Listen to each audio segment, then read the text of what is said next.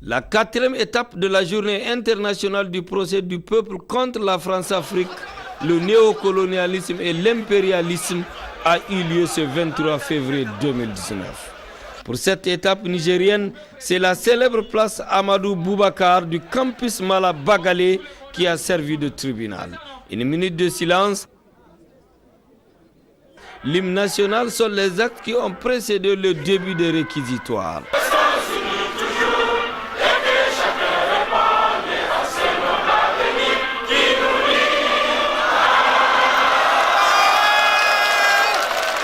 Le président du tribunal, entouré des assesseurs, parmi lesquels le député national Abdraman Oumarou, a tout d'abord décliné les affaires inscrites au rôle en ces termes. Ce 21e siècle sonne comme le début d'une nouvelle ère, le début d'une nouvelle génération, le début d'une nouvelle génération d'Africains et d'Africaines qui n'acceptent plus d'être considérés comme des pays pauvres alors que nos sols sont les plus riches de la terre.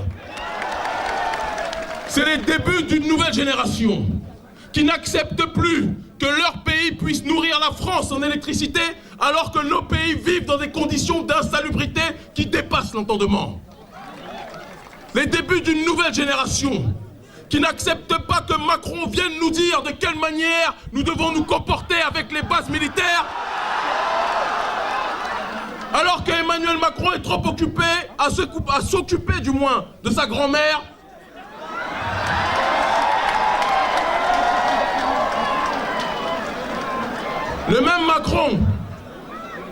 Le même Macron qui nous dit d'arrêter de faire des enfants en Afrique, mais qui lui-même n'a pas été capable d'en faire un seul, n'a pas de leçon à donner à l'Afrique en tant que telle.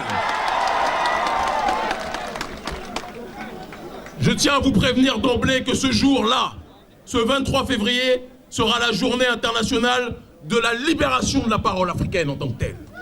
Après quoi, les témoins ont défilé à la barre pour exposer et décrire les crimes perpétrés par les accusés. Justement, au banc des accusés figure en bonne place Orano qui a pour ancêtre Areva.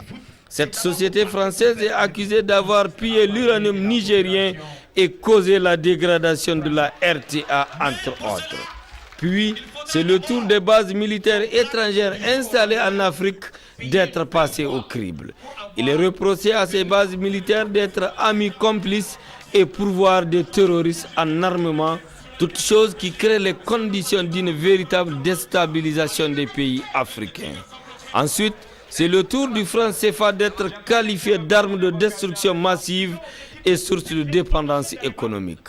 En somme, ce procès a dénoncé le néocolonialisme français qui continue de piller l'Afrique grâce à la complicité des valets locaux et en détruisant les leaders panafricanistes qui sont pourtant les vrais héros des peuples africains.